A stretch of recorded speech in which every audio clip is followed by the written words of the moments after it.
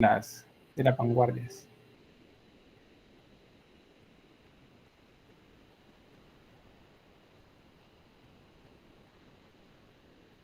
Y lo que vemos entonces es el arte de la segunda mitad del siglo XIX. Acuérdense que acabamos de pasar del siglo XVIII, siglo XIX, de 1750, por ejemplo, al 1850.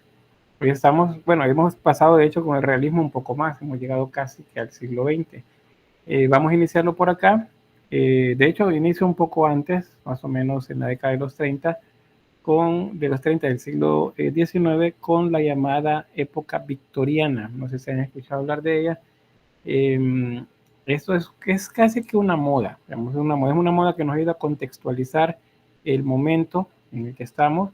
Es un tanto regional, la Gran Bretaña, pero tiene incidencia en el resto de Europa y de hecho acá también en América.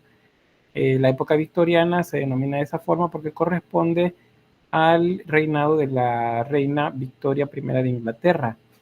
Ella era reina de Inglaterra y se le consideraba también como emperatriz de la India, dado que la India era una colonia británica para esta época.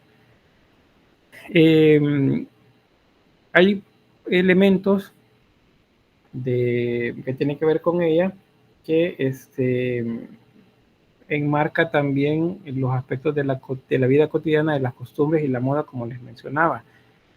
En la utilización del hierro a través de las industrias, acuérdense que Inglaterra tiene bastante incidencia en esto, pues hace que la gente comience a vestirse de una forma en particular y a consumir productos que tienen ciertas características también. Hay un gusto, por cierto, por lo gótico. ¿Se acuerdan que bueno, alguna vez se planteó en las clases anteriores por qué le decimos gótico a toda esta cultura o subcultura de gente que se viste de negro? Es en esta época que comienza vemos esa tergiversación, ese cambio de concepto acerca del gótico. Porque el gótico se pone de moda, ya les había mencionado, el neogótico, por ejemplo. Y en el modernismo el gótico es uno de los referentes para ese momento. Aquí algunos datos siempre sobre la era victoriana, el rango de tiempo, de 1832 al 1900. También es una época que se considera muy puritana, es un dominio de la clase social burguesa en este caso y monárquica en Inglaterra y el resto de Europa. Hay desequilibrios entre hombres y mujeres, como ya lo hemos visto, pero se van viendo más marcados también porque pueden estar trabajando en lo mismo, pero en algunos casos a las mujeres no les pagan, aunque estén trabajando igual que los hombres. Entonces, es una época de marcada diferencia social y de explotación. Acuérdense que el capitalismo comienza esa vorágine en muchos países de Europa y Estados Unidos y pues hay crisis en medio de todo eso. Sin embargo, la época victoriana se conoce por elementos que son como curiosos en muchos casos. Este es uno, por ejemplo, las llamadas fotografías post-mortem, no sé si ya las habían visto antes, pero son fotografías de personas muertas. La fotografía, acuérdense, comenzó a su aparecimiento a mediados del siglo XIX. Primero el daguerrotipo, luego la primera fotografía como tal, y fue mejorando en la medida que nos acercábamos al año 1900. Entonces, estas corresponderían a ya finales del siglo XIX. Entonces, ahí vemos, por ejemplo, este personaje de acá, este niño, este joven, bueno, niño, está muerto. ¿Y por qué está de pie con los ojos abiertos? Porque les pintaban los ojos en muchos casos, porque les abrían los ojos, porque aquí atrás se alcanza a ver que hay un pedestal al que lo amarraban la cintura y los hombros de manera que se pusiera de pie. Luego le movían las articulaciones y les tomaban la foto. ¿Cuál es este niño? Esta otra fotografía, esta niña pequeña está muerta. Acá. Esta otra familia, las niñas en este caso que están en la en la caja, ¿verdad? Este otro, el niño que está de pie, está muerto también, está abrazando a la niña pequeña. Eso se llama fotografías post-mortem. Es parte de esta moda que vienen con la época victoriana. ¿Qué más hay de esto? Pues acuérdense que es el momento de desarrollo de las dos revoluciones industriales, las primeras revoluciones industriales, la máquina de vapor. Entonces hay máquinas o inventos, sería en este caso, de máquinas que se supone nos van a mejorar la vida cotidiana. Ustedes ponen máquinas de la era victoriana o de la época victoriana, les van a aparecer un montón de cosas increíbles. Esta, por ejemplo, es una máquina de hacer ejercicio. Vean, probablemente lo resolvemos con unas pesas actualmente, pero acá tiene un montón de elementos extraños que hacen bueno, hacían probablemente un trabajo no tan óptimo para los músculos, pero pues que era la manera como ellos resolvían, se supone, ese problema. Hay una película, por cierto, de Will Smith, se llama Wild Wild West, creo, en la que aparecen unas máquinas todas extrañas y que tiran chorros de vapor, pues esas están inspiradas en las máquinas victorianas. La época victoriana es bien, bien interesante en cuanto a imágenes, pero también está marcada por esto, la explotación de lo que ya el realismo, se acuerdan, está mostrando. La pintura realista. O sea, esta es la realidad que produce el progreso de los demás. Ustedes van a viajar en una locomotora y la locomotora pues brilla, pues es muy práctica, ustedes se mueven de un lugar a otro en poco tiempo, van admirando el paisaje, pero atrás de todo eso está esto. Entonces, eso lo muestra el realismo, pero en lo demás pues no lo vemos. Aquí tienen otro resumen para que lo vuelvan a leer sobre la línea de tiempo que habla de las revoluciones industriales. Aquí aparecen ya algunos de los, ¿cómo se llama?, de los inventos. Por ejemplo, la primera máquina de vapor de Boulton y Walt, perdón, el telar mecanizado, la locomotora de vapor, la cinta transportadora. Aquí hablamos ya de la segunda revolución industrial. La central eléctrica comercial, o sea, la que servía electricidad para el pueblo. Por cierto, hay cosas bien interesantes acá porque así como había publicidad que promocionaba el uso de la electricidad, también había otra que decía que no, porque decía que los cables eléctricos eran peligrosos y la gente se iba a morir electrocutada, que no era correcto utilizarla. Siempre ha habido gente que no está de acuerdo con los avances tecnológicos. Ahora igual les dice, no den computadoras, hay que darle capirucho a los niños. No utilicen, ¿cómo se llama?, la tecnología. Siempre hay gente que habla de que son cosas malas. Entonces había publicidad en contra del uso de la electricidad. Pero, pues, Thomas Alva Edison patenta la primera bombilla. Esta es una incandescente. No la inventa él, eso hay que ser también claro, porque aquí se patenta, no dice inventa. La invención fue de alguien más, pero esa otra persona no la patentó, no la logró desarrollar, pero los mismos principios de él hicieron que Edison sí lo hiciera. El primer automóvil de combustión interna, 1886. Y 1897, transmisión de radio. A la par de esto, la fotografía también se desarrolla, las telecomunicaciones, el radio, la telegrafía, de hecho, aparece mucho antes, aún por acá. Luego también la telefonía. Y a la par de eso, las búsquedas también para alcanzar el cielo, para elevarse, los globos aerostáticos, los dirigibles también, y eventualmente el avión y el helicóptero. Eso también es parte de lo que se ve acá. Con esto perdón, de la era victoriana, que nos plantea también esta época, hay otra más, pero me gusta mostrárselas mejor cuando hablamos de las primeras vanguardias, porque nos ayuda a contextualizar el impresionismo. Por cierto, alguien mencionaba aquí el expresionismo en el chat. pero el expresionismo corresponde a la segunda vanguardia, no a las primeras. Es decir, que está en el contexto de la finalización de la Segunda Gran Guerra Europea, la Segunda Guerra Mundial. Había mensajes por aquí, no me dicen, me disculpo. No eran los cantos gregorianos. Y bueno, Priscila y Homera dicen que da escalofríos y miedo. Un dato sobre esto, sobre las fotografías post-mortem. Revisan en sus casas de sus abuelos o bisabuelos. Fíjense que en mi caso, mi abuela tenía un libro que era del bisabuelo, o sea, el papá de ella, y adentro había una fotografía de una niña muerta. Yo pregunté, pero ya simplemente no sabía quién era la niña. A lo mejor era alguna de la familia mía, de generaciones, quizás hace 100 años, si no es que más, y le tomaron una foto. Alguien la puso en algún lugar y terminó en medio de un libro que encontré yo entre las cosas de mi abuela. Le pregunté a ella, pero ella no sabía de dónde había salido. Pero hay cosas curiosas que sí dan un poco de escalofrío, pero que al mismo tiempo tienen que ver, fíjense, con un poco del romanticismo de la que todavía tenía así como cierta incidencia en algunos aspectos de la vida cotidiana. Es romantizar la muerte, eso y también el preservar la memoria de los difuntos.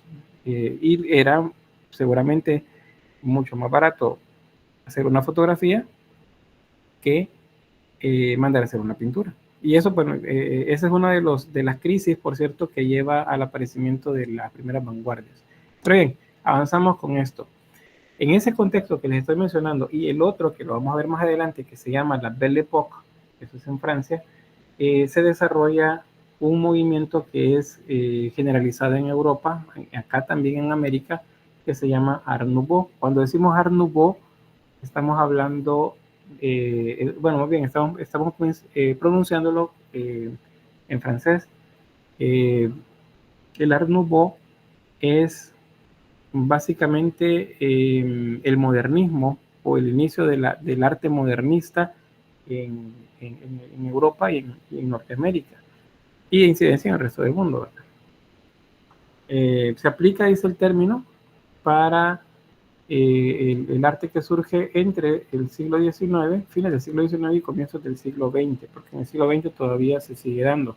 De hecho, el Art Nouveau se transforma, tiene una evolución, cual Pokémon evoluciona en otro movimiento que se llama Art Deco, ahí por los años 20. Lo vamos a ver en las primeras vanguardias.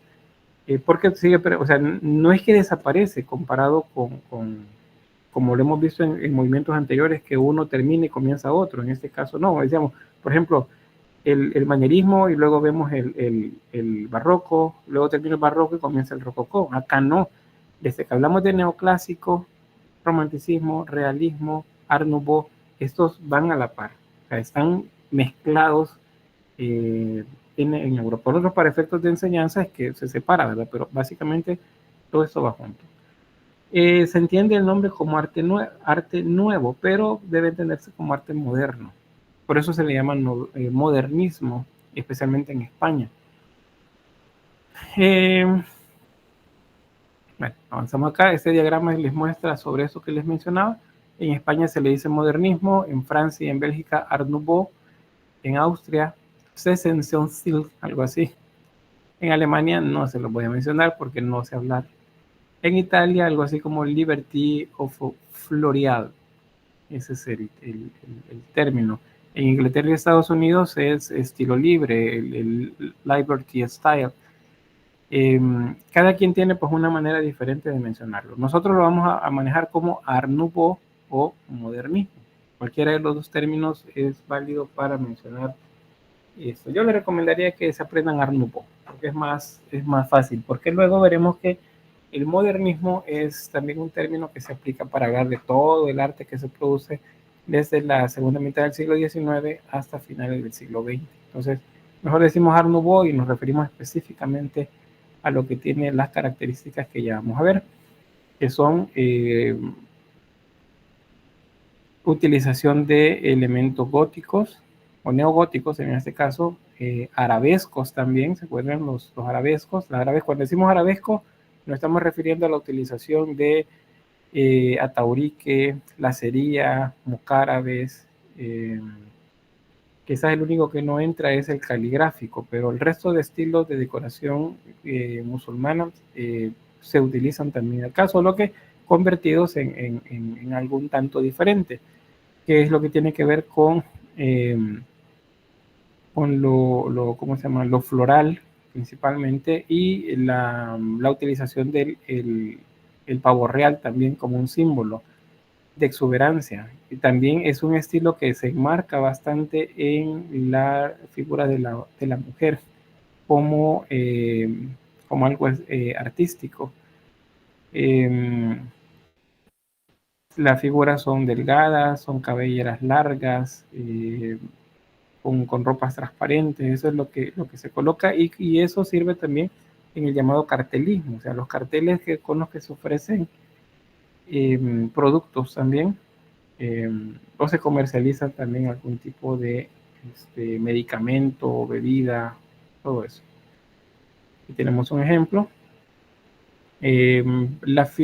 Como es cartelismo y esto tiene que pasar por imprentas, la mayor cantidad de imágenes tienen una representación de color pues plana, con algunos difuminados como estos que ven acá, pero que dependen de la manera como la imprenta separa los colores y luego los va superponiendo para generar el cartel como tal. Hay bastante línea en la mayor parte de la producción, a diferencia de otros estilos. El Art Nouveau es arquitectura, por cierto, es escultura, es pintura, es artes decorativas, la, lo artesanal tiene una revitalización porque es una reacción a los productos hechos en masa para la masa. ¿Cuáles son esos productos hechos en masa para la masa? Los productos que se hacen a través de la industria. Si antes, por ejemplo, un artesano ceramista hacía una vajilla eh, para cocina, hoy resulta que eso se hace con la industria y eso abarató costos, la hizo más barato y también la hizo más popular en otros materiales menos, eh, menos difíciles de trabajar. Entonces abarató todo, pero los artistas o los artesanos también comenzaron a pensar que podría hacerse algo más personalizado. No 1000, por ejemplo, platos, sino más bien solo 10. Y esos 10 llevaban un sello personalizado. Entonces ahí en las artes menores, como se les llama, pues hay bastante desarrollo de eso. Los carteles es otro de los aspectos que se desarrollan, el diseño gráfico, la arquitectura, todo pasa por proyecciones gráficas también. A nivel de arquitectura, la construcción con hierro, la moda de los objetos orientales, el gusto ligado a las técnicas que tienen que ver con la curvatura de las maderas, imágenes como estas líneas que les coloco acá, lo curvilíneo, es bastante importante en el desarrollo del Nouveau. En muchos casos este estilo pues pareciera que era como con connotaciones progresistas, mostraba la alegría de vivir, el gusto por gastar y consumir también de las élites gobernantes. Acuérdense que estamos en una época en que el capitalismo comienza a surgir, es decir, que aumentan las diferencias sociales, pero hay un grupo de la población que tiene mucho dinero ahora para gastar, que no necesariamente son reyes, no son burgueses, no son eh, aristócratas, sino que es gente comerciante que tiene pues las facilidades para la compra. Y este arte se vuelve símbolo para ello. ¿Por qué? Porque la gente que tiene poco recurso económico compra lo que se produce en la industria porque es más barato. En cambio, esa gente no va a comprar algo que es más caro. Les pongo un ejemplo actual. Si ustedes, eh, bueno, los compañeros del área de cerámica a veces hacen sus miniferias ahí en la universidad y de repente hay tazas. Hacen tazas de las que trabajan en torno y que luego les colocan esmaltes en la materia de química y que se queman en la materia de horno. O sea, hay un proceso ahí dentro de la especialidad y luego el producto. muestra y ustedes ven una taza y esa taza es agradable visualmente, pero cuando pregunta cuánto vale, dice, no, vale $12 la taza.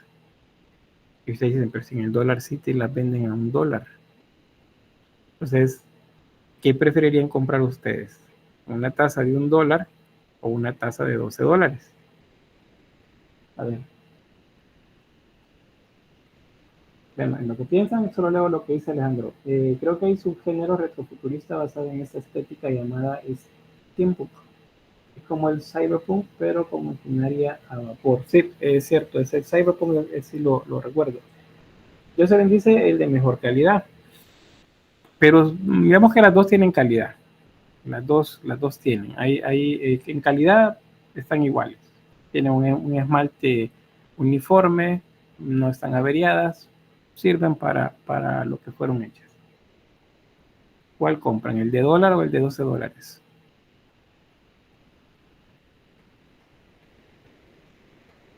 Bueno, no me responde. Les planteo la situación o les aumento más bien de la situación esta. Resulta que ustedes tienen poco dinero porque compran muchos materiales eh, para pintura, ya sea para grabado, para escultura, entonces tenemos poco dinero. Vamos a optar seguramente por aquella que nos representa menos costo, pero la misma utilidad, ¿o no? Buscaríamos la de $1, porque no, si tengo $12 y compro la que vale ese precio, pues me quedo sin nada, pero si compro la del Dollar City me quedan $11 todavía para comprarme un chori y lo demás en pintura o para el bastidor. Eh, pues es porque tenemos pocos recursos económicos, pero eso lo hace, digamos que la mayor parte de personas. Los que tienen dinero suficiente, pues dirían, no, yo voy a comprar esta que vale $12. ¿Por qué? Porque esta le hizo a alguien, dedicó mucho tiempo, la trabajó específicamente, no hizo 1000 tazas, porque no estaba pensando en venderlas por cantidad, sino así como por poca cantidad. Entonces, voy a comprar la que vale 12, porque a lo largo del tiempo, esta probablemente va a valer más. Ese valor que esta persona observa y que le agrega se llama simbolismo. Eso es diferente a la calidad. Pueden tener la misma calidad, pero el valor simbólico es el que le da un costo mayor. Lo coleccionable, por ejemplo. Por ejemplo, ustedes tienen una pintura de, de un pintor famoso en nuestro país y una mía, voy a poner yo de ejemplo, tienen una mía y tienen la posibilidad de comprar cualquiera de las dos, ¿cuál comprarían? A lo mejor no me digan, fíjense, pero yo compraría la del artista famoso. ¿Por qué? Porque con el tiempo puede valer más. Eso significa que yo estoy invirtiendo, no estoy gastando, estoy invirtiendo en la obra. Entonces, eso es lo que sucedía acá. La gente de dinero dijo, bueno, este es un peine, pero ya venden un peine que está a un par de peniques, pero este peine me cuesta un par de libras. Entonces, voy a comprar el más caro, porque pues tiene calidad, tengo el dinero para hacerlo y me va a dar a mí un estatus. Entonces, el Art Nouveau va por esa vía, por hacer productos que sean no populares, eso sí, no lo hacen no populares, sino que muestren que la gente tiene las posibilidades de gastar y de lucir cosas nuevas. Ahí donde aparecen joyerías, orfebres, perdón, y haciendo joyas como por ejemplo la LIC, que a la fecha siguen siendo marcas muy prestigiosas, o por ejemplo en cristalería Tiffany, a la fecha siguen siendo muy prestigiosas. Una obra de Tiffany es muy cara. Así igual en metal, en bronce, en cerámica, pues aparecen marcas que hacen todo eso. Pero bien, vamos a ver voy a pasar de acá, a unos ejemplos en cuanto a la arquitectura. ¿Qué más dice por acá? Jocelyn, en mejor calidad.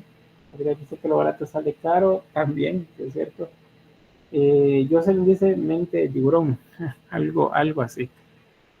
No, vean, ustedes piensen qué es lo con qué pueden invertir, qué es lo que con el tiempo se va a valorizar, no solo de gastar, ¿verdad? Pero bien, vamos acá con un arquitecto que es muy importante en España y en la arquitectura europea de este momento, que se llama Gaudí. Gaudí utilizó como referencia elementos orientales y elementos también de la época neogótica, para la construcción de sus obras. Las obras de él se caracterizan por un uso de las curvas bastante marcado, bastante marcado. Como ven por acá también este balcón, vean, hay curvas en el relieve y encima todavía hay curvas en las piezas. Y dice, bueno, pero eso no es funcional. Es más funcional esto que ven acá. Ven aquí en el borde, puerta cuadrada, eh, son de cristal, son corredizas seguramente, un balcón muy sencillo, geométrico, pero vean este, sí están las ventanas, pero son unas ventanas más decorativas. El balcón no es geométrico, sino que es bastante orgánico, pareciera como si es una máscara o unos ojos. Eso es más caro, pero al mismo tiempo es más estético. Entonces, Gaudí utiliza bastante esos elementos así como muy exóticos en su obra. Una de las que más simbólicas de ese momento es, por ejemplo, la Catedral de la Sagrada Familia, no, la Basílica de la Sagrada Familia en Barcelona, esa es obra de Gaudí. En la obra no se terminó en su época, bueno, de hecho se sigue construyendo, toda esta parte de arriba sigue en construcción actualmente. Bueno, el grupo de Facebook les voy a compartir un enlace de una página de esta, que va actualizando acerca de cómo va la construcción de la basílica. Se pensaba que para el 2022 iba a estar terminada, pero no fue así, se sigue construyendo. ¿Por qué? Porque es caro, esto es muy caro. Aparte que lo siguieron construyendo, pero de manera intuitiva, siguiendo las indicaciones de Gaudí, porque resulta que Gaudí muere luego de un accidente no sé si ferroviario o en tranvía, lo atropelló un tranvía y pues falleció. Luego hubo un incendio en el estudio de él, donde estaban los planos de la basílica. Entonces, mucho de lo que él tenía proyectado, pues no es como no hay mucha certeza de que esté tal cual como lo estemos viendo acá. Sin embargo, se ha intentado seguir, según pues lo relatan los estudiosos de la obra, pues el proceso. Pero, por ejemplo, los portales, como estos que vemos acá en los laterales, esta es una portada lateral. Este es un lateral, la entrada principal está aquí. Este es el cabecero, donde está el altar. Entonces estas son entradas laterales. Estas, por ejemplo, las han terminado otros artistas. Por ejemplo, Subiranch es un artista plástico de mediados del siglo XX. Él pues realizó una de las portadas completas con obras trabajadas en concreto. Muy interesante, por cierto, pero es la utilización de efectos visuales para generar mucha de la obra de él. Y bueno, sigue en construcción todavía. De manera interna, esto es lo que encontramos. Acuérdense que el gótico es luz, no es oscuridad, no es, eh, no es tétrico, ¿no? El gótico es luz. Entonces, eso es lo que vemos en la obra de Gaudí. Ahora, no digo que otros autores no lo vean de manera diferente, pero más bien es de la literatura y de la cinematografía que desprende la idea de que el gótico es negro, oscuro, tétrico, feo. Bueno, no feo, no, pero sí tétrico y oscuro. Eh, pero bueno, Gaudí utiliza diferente. Vean que los elementos del gótico están acá. Ahí tenemos, por ejemplo, los trifolios, los arcos ojivales, el rosetón. Todo eso sigue estando ahí, ¿ven? Rosetones, vean, trifolios. Todo eso sigue ahí. Estas columnas son bien características de él. Son columnas estriadas, pero si se fijan, se transforman en ramificaciones, que son las que sostienen los mocárabes que observamos allá arriba. Eso es islámico, se recuerda, ¿verdad? Ese es el cabecero. Ahí tenemos un Cristo, y está el altar, y estos son los, ¿cómo se llaman estos? Son como pianos, pero tienen otro nombre. No escapa el nombre.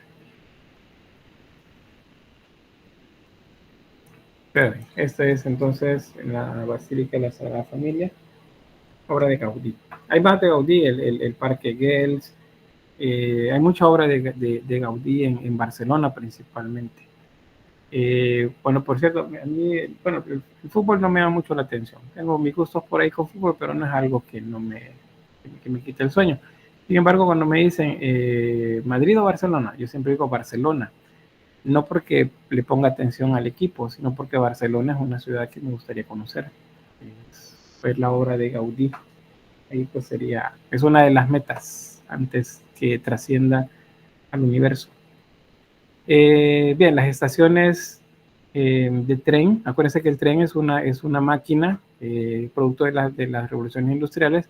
Entonces, las estaciones de tren, que son muy grandes, llevan esa mezcla de concreto y de hierro. El hierro se está utilizando bastante para las construcciones en este momento. Los edificios comienzan a elevarse gracias a una aleación que hacen que se llama acero. El acero permite que los edificios se eleven mucho más todavía. Parte del trabajo de hierro, del hierro forjado, se mezcla con madera, con concreto, uno por ahí arriba, para generar pues fachadas como estas que observan acá. Muy orgánicas, mucho,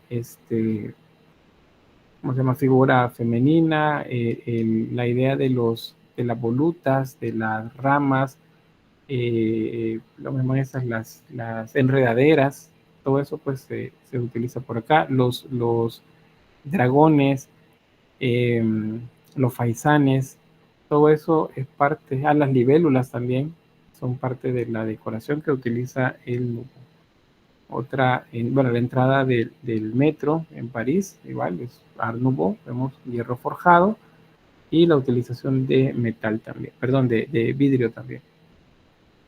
Esas son otras versiones, Letonia, Bruselas, por ejemplo, son aplicaciones de el Nouveau.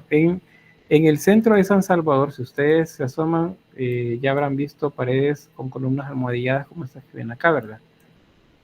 No tenemos rosetones así tan escultóricos, pero en algunos sí alcanzamos a ver mucha decoración como esta que ven acá y mascarones como estos que hay en los edificios. ¿Y por qué? Porque resulta que esos edificios se construyeron hace alrededor de 100 años. Hace alrededor de 100 años el neogótico, el Art Nouveau, eran parte de lo que estaba de moda en nuestro país. Voy a avanzar un poquito más rápido porque quiero que veamos esto.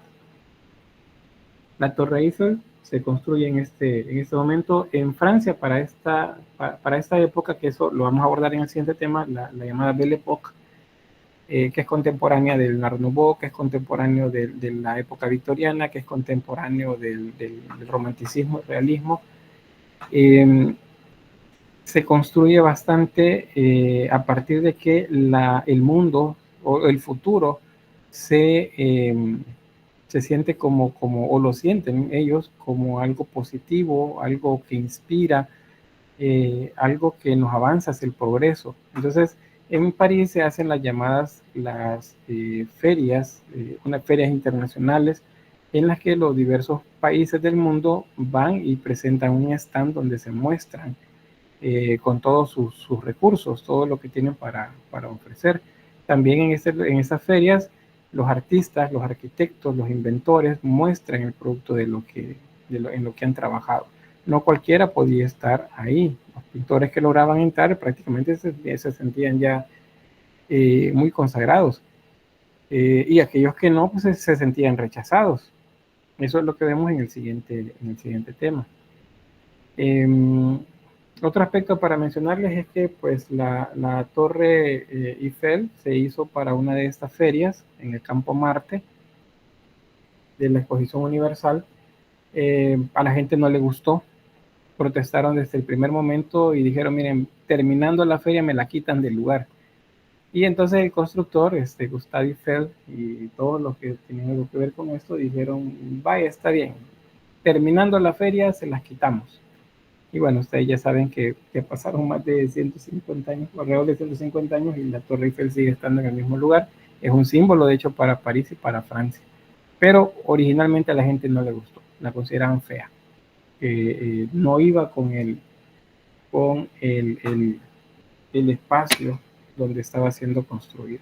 Tiene una altura de 357 metros hasta la punta de la antena, y un ancho de casi 125 metros. Está hecha en hierro, y pues uno de los hitos de arquitectura de la época. Imagínense las fábricas, las minas que tuvieron que haber sido explotadas, trabajadas para que esto pues lograra llegar hasta donde estuvo. A nivel de escultura, bueno, no sé si hay alguna pregunta sobre arquitectura. Si han ido al centro de San Salvador, probablemente ahora reconocen algunas de las cosas que habrán visto por ahí. Cerca del edificio del telégrafo hay en una esquina, hay un edificio que tiene bastante vidrio en la parte de enfrente y tiene volutas como estas, bien nouveau, toda la parte de enfrente. Durante mucho tiempo funcionó un McDonald's ahí, luego un Servipronto, y actualmente no sé exactamente qué hay por ahí. Pero en el centro de San Salvador encontramos algo nuevo. En Santa Tecla también. ¿Por qué Santa Tecla? Porque Santa Tecla se funda justo al medio del siglo XIX, o sea, en la década de los 50 del siglo XIX. Entonces, los constructores lo hacían a partir de los gustos europeos que tenían la élite, ¿verdad? La élite cafetalera, añilera eh, de la región. Pues. Luego el terremoto de San Salvador, pues mudan la capital hacia Nueva San Salvador. Y en Nueva San Salvador, que mencionan la Nueva San Salvador, ¿verdad? Que es la finca esta que era Santa Tecla. Y ahí pues se desarrolla. Por eso en Santa Tecla hay bastante también nuevo. La casa de los Virola es una mezcla de neoclásico y nuevo también. Bien, sobre las esculturas, ¿me preguntas? No. Acá ejemplos.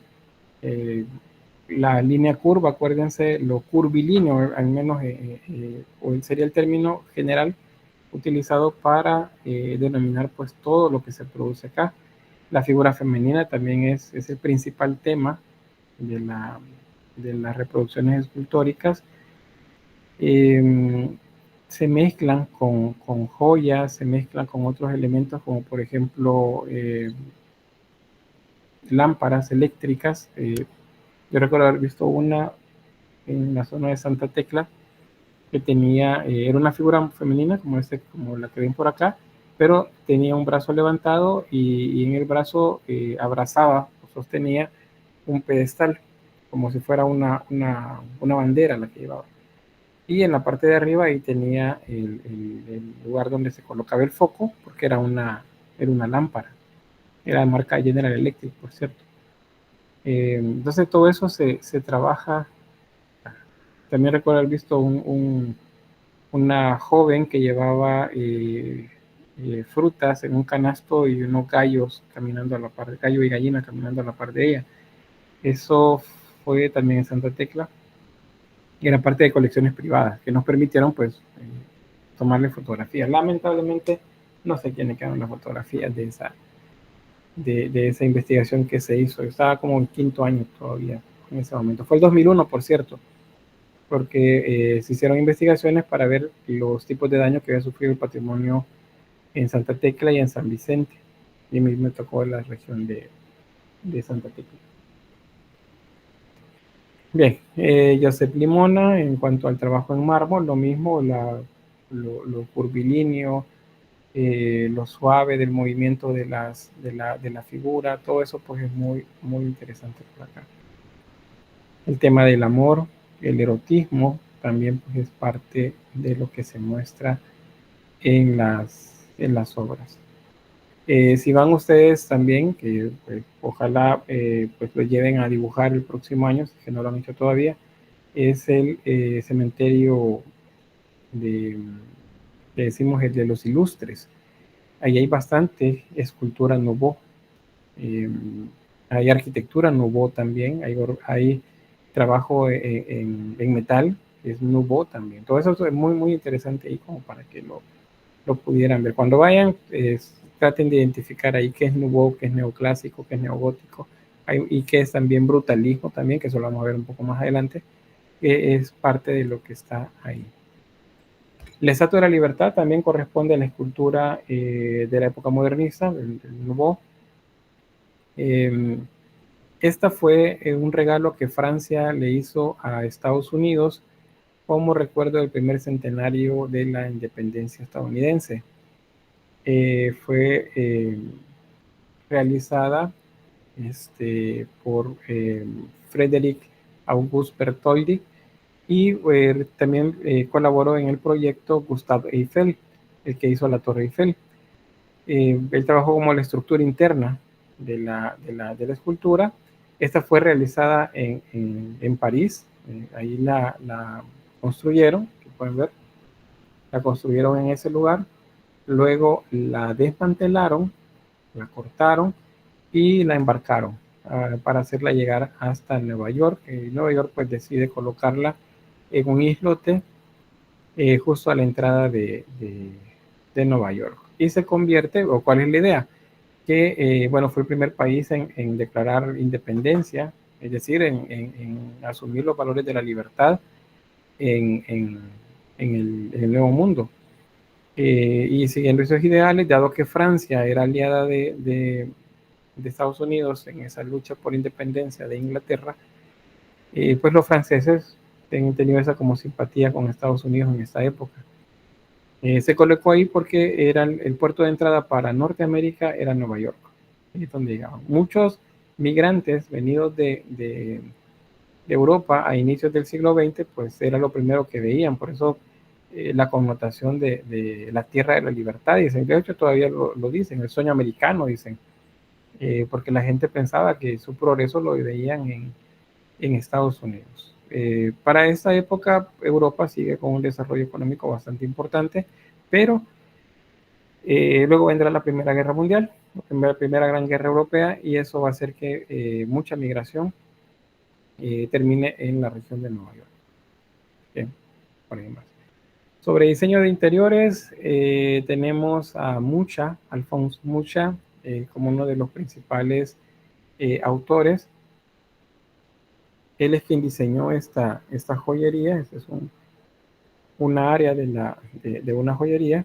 Vean que tenemos alfombras, madera, vitrales, trabajo en bronce, yesería para la bóveda, cristalería en caso del espejo, una fuente, es decir, muchos elementos con la característica propia que es las líneas curvas, los elementos fitomórficos, el pavo real, que se considera un símbolo del Nouveau, las hojas, las enredaderas, todo eso pues presente en la obra de Mucha.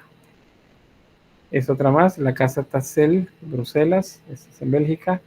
Vean cómo combina las curvas de las gradas con las curvas del pasamano, con las curvas de la orfebrería del pasamanos y la pintura o tapiz de las paredes. También luego vean la columna que pareciera que se convierte en un árbol en la parte de arriba. Siempre con líneas. Vean también metal. Esa era la moda del momento. Los vitrales también, ya les había mencionado sobre esto, porque esta es una herencia, o más bien es un ejemplo de la herencia dejada por el gótico, en este caso llamaríamos neogótico,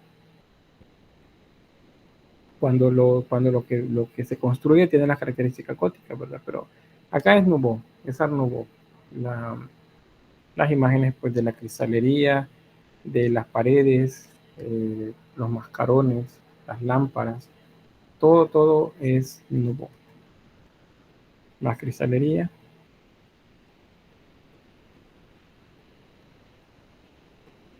los rosetones,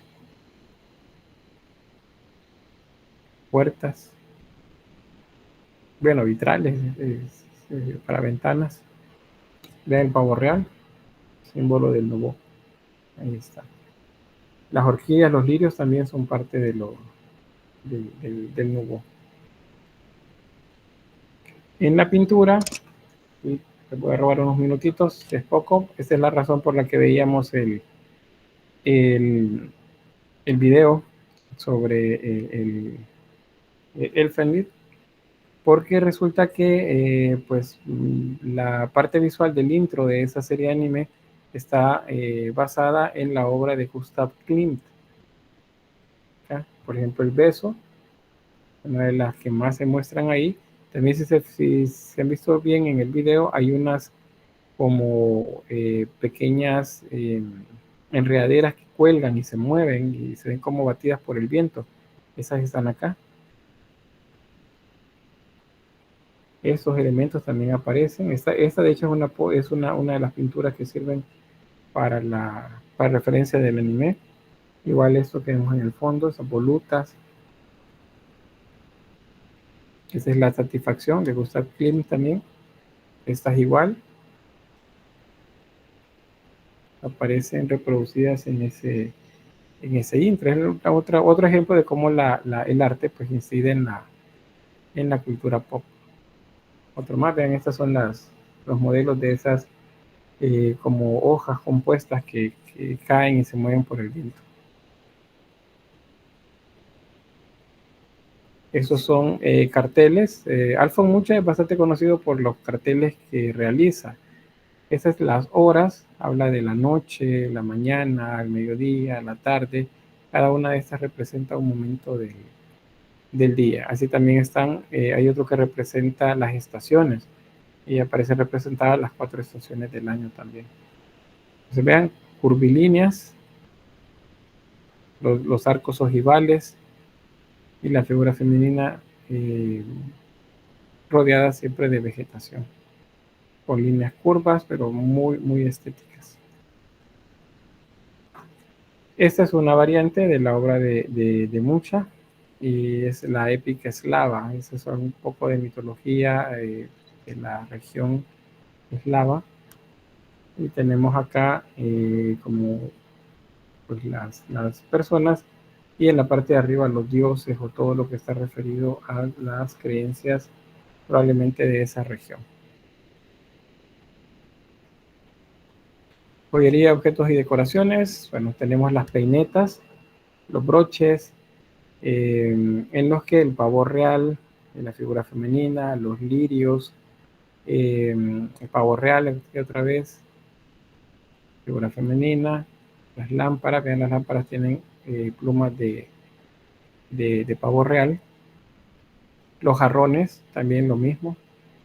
En ese registro que hicimos de Santa Tecla, vimos jarrones como estos y lámparas como estas también. Están por ahí en total abandono. La libélula es otro símbolo del Art Nouveau, y aquí tenemos uno. La madera. Mucha de esta madera, por cierto, esto que se ve acá, es que pareciera que está pintado sobre la madera, realmente está, como se dice, incrustada. Esa es madera de color claro incrustada sobre madera de color oscuro. Y eso genera las figuras que observan ustedes acá. Y ¿no? Pero ¿cómo hacen eso? Pues vean la habilidad de los artesanos para poder hacerlo, de los artistas en este caso, con técnicas artesanales. E igual el cisne, los nenúfares, ¿cómo se llama este? El papiro, las orquídeas, todo eso son símbolos nubo. La figura femenina, las hojas largas ¿cómo se llama? De las plantas también, pues, de manera que se vea como muy estético. El cristal también, los elementos metálicos también. Y hasta ahí. Justo las 4 de la tarde y minutitos. ¿Alguna pregunta?